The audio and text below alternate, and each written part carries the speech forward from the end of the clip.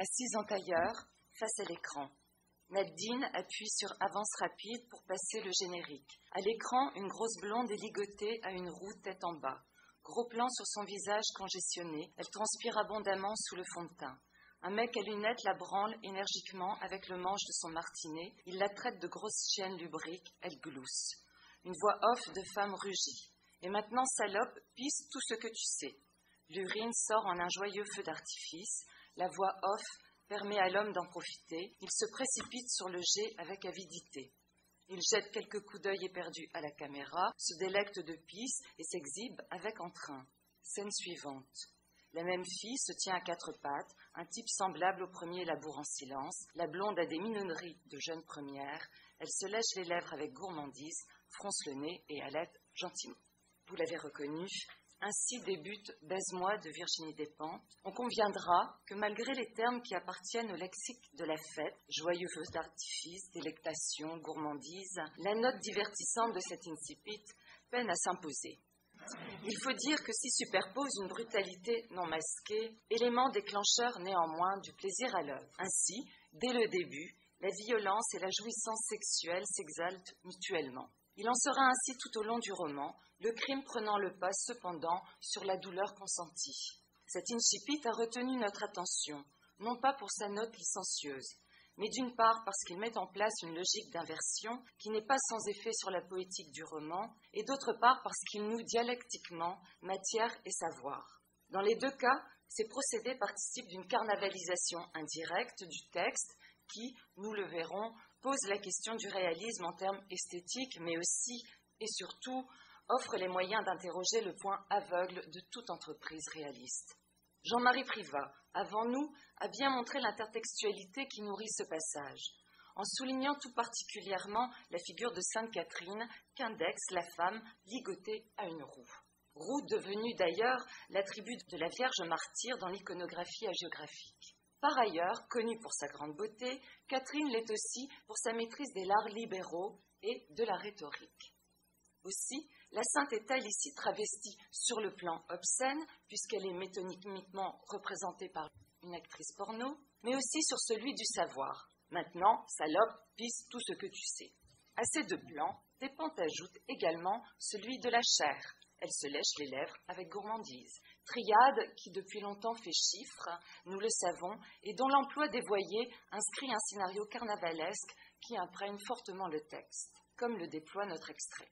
En effet, on ne peut que rester frappé par le système d'inversion mis en place dès l'ouverture. Outre le caractère spectaculaire que redouble l'écran de télévision, d'une femme nue ligotée la tête en bas qui rappelle le martyre de Sainte Catherine, et autres scènes de torture qu'accentue la présence du martinet, bien que le manche serve d'objet de plaisir, celle-ci renvoie aussi en écho inversé à la fameuse étude des proportions du corps humain par Léonard de Vinci, mieux connu sous le nom d'homme de Vitruve. Le clin d'œil est d'autant plus ironique que le texte qui accompagne le dessin a été écrit par le peintre selon la technique de l'écriture spéculaire, c'est-à-dire à l'envers. Ce dessin, qui met l'homme au centre de l'univers, est ainsi remplacé par une femme dont le sexe a pris la place de la tête et vice-versa. Suivant cette logique, il va tout à coup de soi que la dame peut pisser un savoir qui sort comme un joyeux feu d'artifice. Entendons de manière indicielle comme un joyeux feu d'orifice. Les orifices, ceux des protagonix ou celui des armes, étant employés, on le sait dans ce roman, de manière particulièrement festive et liant du même coup vie et mort.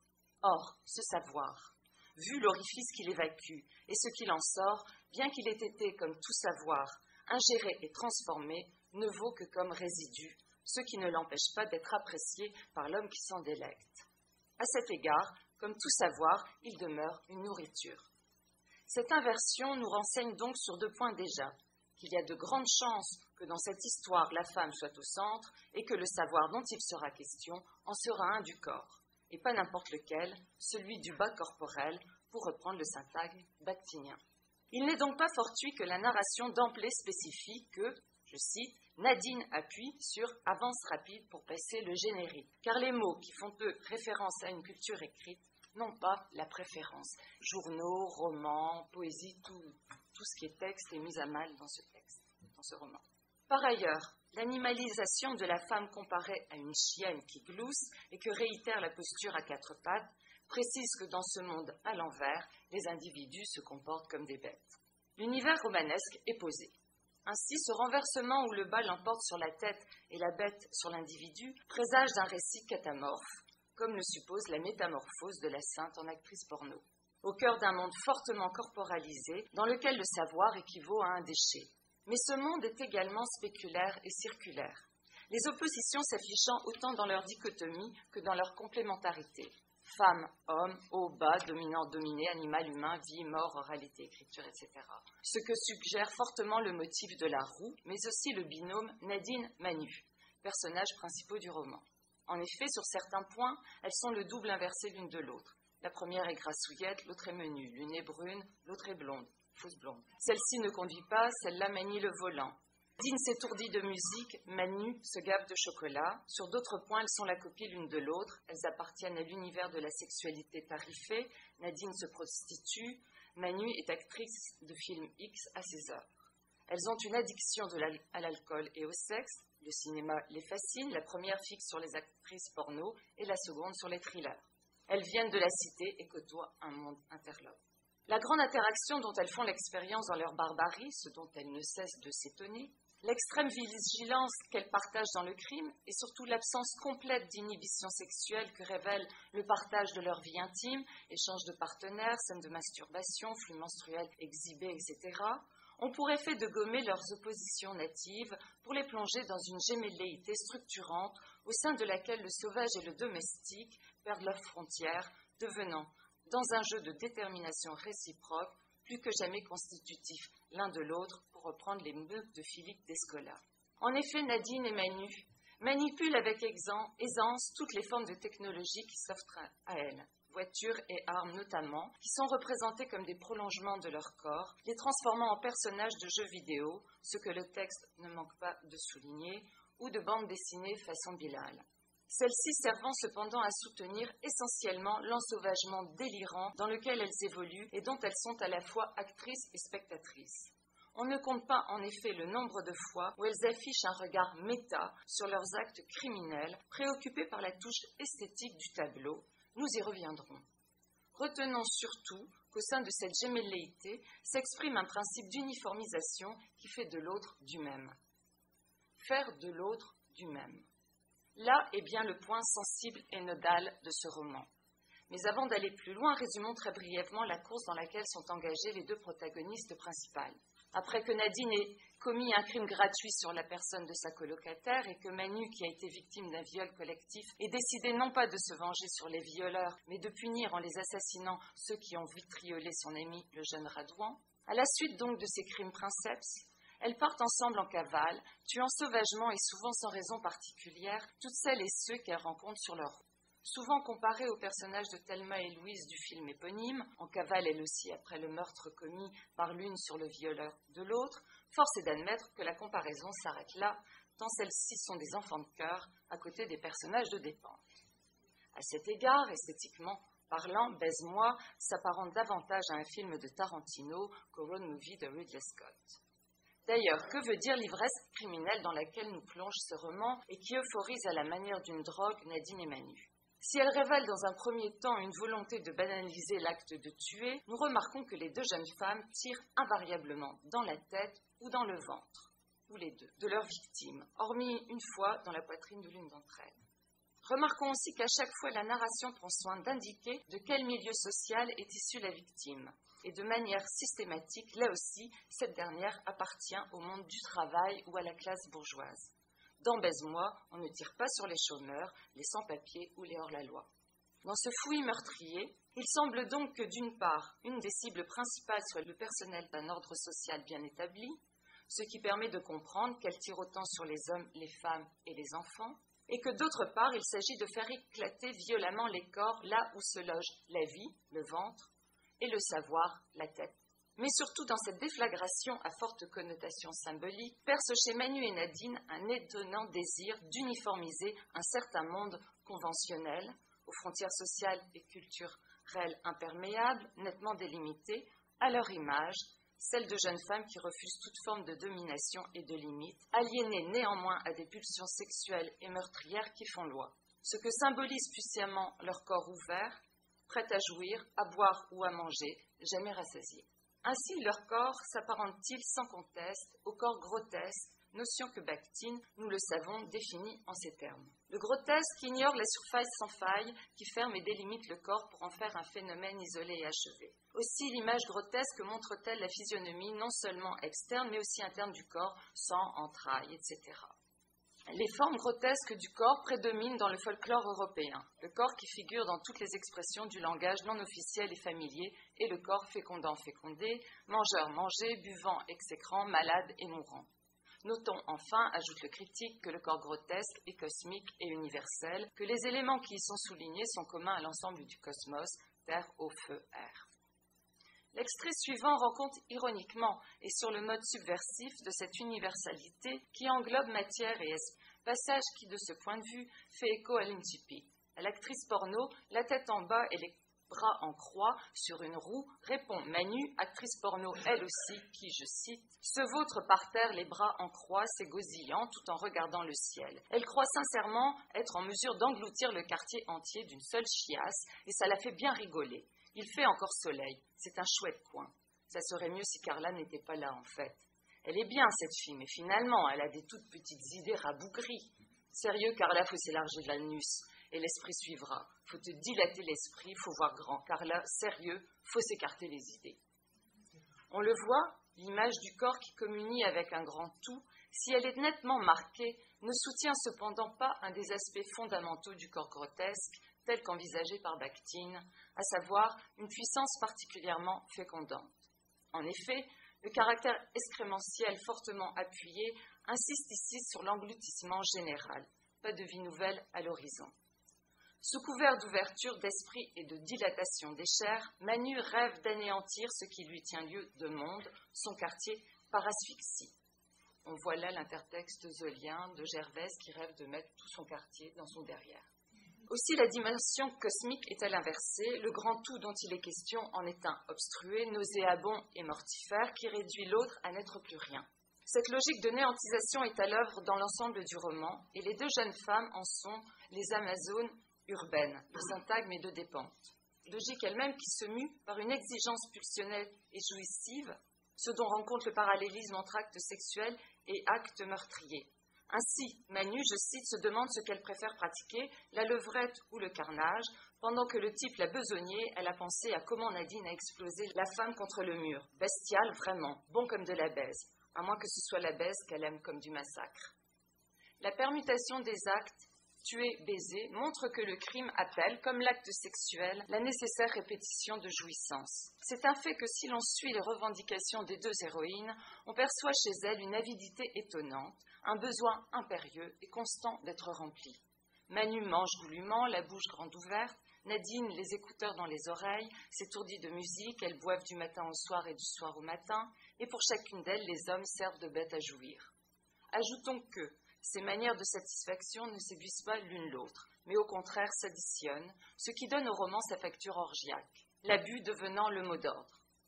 Ce coup-là, il était risqué, ça fait son charme. Un gamin, c'est abusé. Franchement, je l'aurais pas fait. Mais t'as eu raison, faut abuser, faut acheter à boire aussi. Il fait grand soif à cette heure, s'exclame Manu, après une tuerie dans un salon de thé. Ainsi, le corps troué, déchiqueté des victimes, qui se vident de leur sang, fait écho au vide physiologique et ontologique des protagonistes et en ravive la sensation. Le corps propre de Manu et Nadine est un corps miroir qui ne s'appartient pas en propre. Paradoxe qui installe un cycle infernal où l'abus répond à et instaure le manque, lui qui ne cesse d'imposer sa loi dans une compulsion inchiffrable que clame et ordonne l'impératif du titre « Baise-moi » en boucle. On le voit.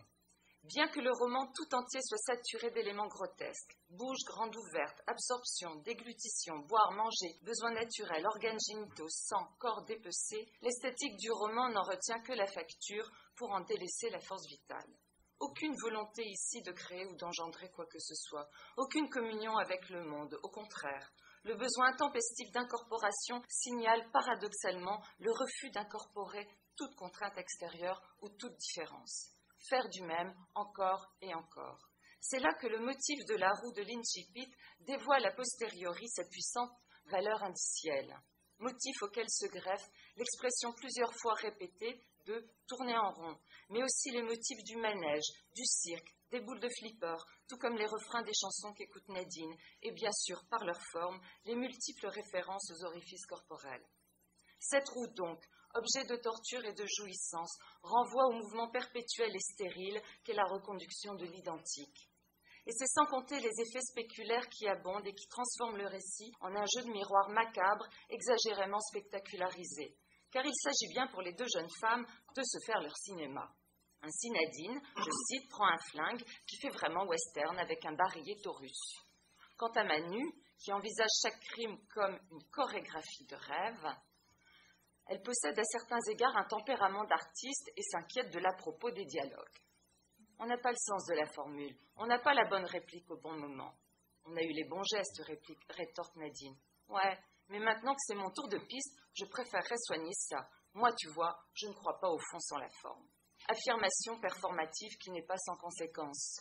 Cette circularité généralisée, cette reproduction du même à tout crin et cette obsession de la reprise installent au sein même de la description un univers de désolation, de nivellement et d'indifférenciation.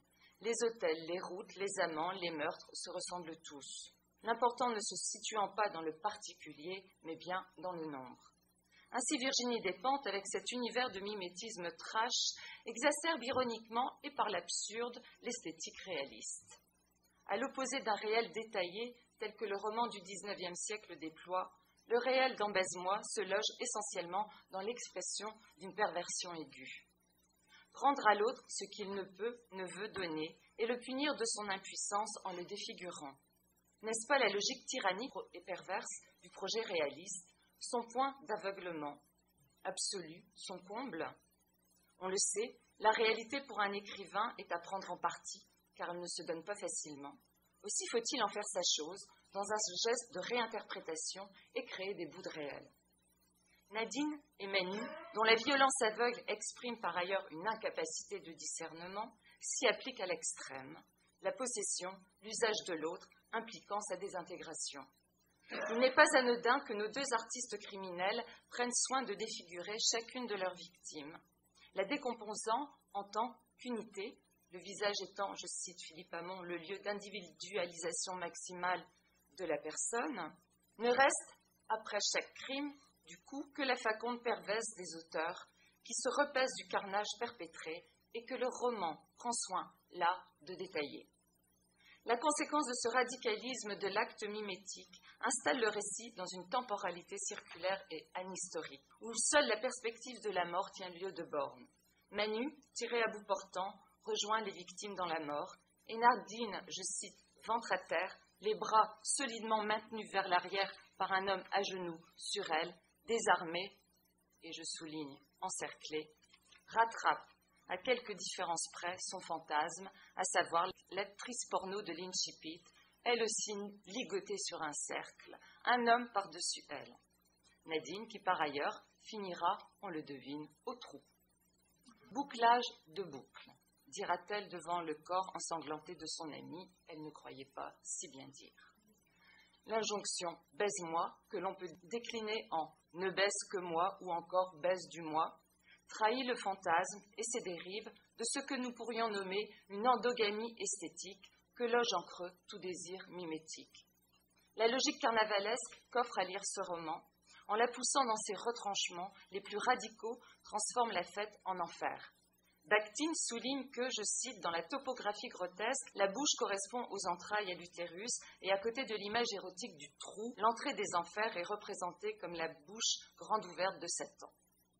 C'est bien une gueule d'enfer, l'expression est de Bakhtin, qui avale tout et qui n'a rien de joyeux, que représente métaphoriquement le sexe des deux jeunes filles et que rejoue métonymiquement l'orifice des armes à feu. D'ailleurs, le plaisir qu'éprouve Nadine à sucer le canon de son Smith & Wesson et l'envie de se masturber avec celui-ci expriment cette liaison intime entre l'arme et le corps. C'est que les deux jeunes filles, si elles ne savent pas grand-chose, savent néanmoins que la jouissance sexuelle possède, comme la mort, la faculté de gommer la personnalité des êtres, leur distinction, et de les faire en quelque sorte disparaître. Et quelle angoisse plus grande dans une société qui prône la reconnaissance de l'individu. Nadine et Manu, funambules avertis, expertes en petites morts, poussent cette crainte jusqu'au bout en faisant disparaître les individus, l'arme délogeant le sexe. D'un point de vue esthétique, si les écrivains réalistes n'ont jamais caché leur volonté de réaliser un portrait anatomique social, force est d'admettre qu'avec Baise-moi, Virginie Despentes ne craint pas d'ensauvager le genre en troquant l'exercice anatomique pour une défiguration généralisée qui plonge les individus dans une indifférenciation macabre. Notons pour conclure que dans le dernier paragraphe, très détaché du reste du roman, le seul ainsi en retrait, comme s'il fallait par une coupure en marquer la singularité, ou bien souligner l'absence de zone de contact entre le désordre et l'ordre, dans ce paragraphe donc, la loi triomphe. Nadine est arrêtée. On pourrait rester étonné d'un tel retournement, dont la critique spécialisée d'ailleurs ne dit mot. Nous voyons là, quant à nous, un sursaut de la contrainte réaliste, qui, elle, ne succombe pas à l'engloutissement généralisé et au fantasme de néantisation du monde à l'envers, refusant peut-être le rêve sadien, auteur plusieurs fois cité, d'une perversion intégrale, repoussant la souveraineté du même et de l'identique, afin de garder définitivement l'autre du réel, celui qui ne peut être contraint et dominé, comme point de repère. Je vous remercie.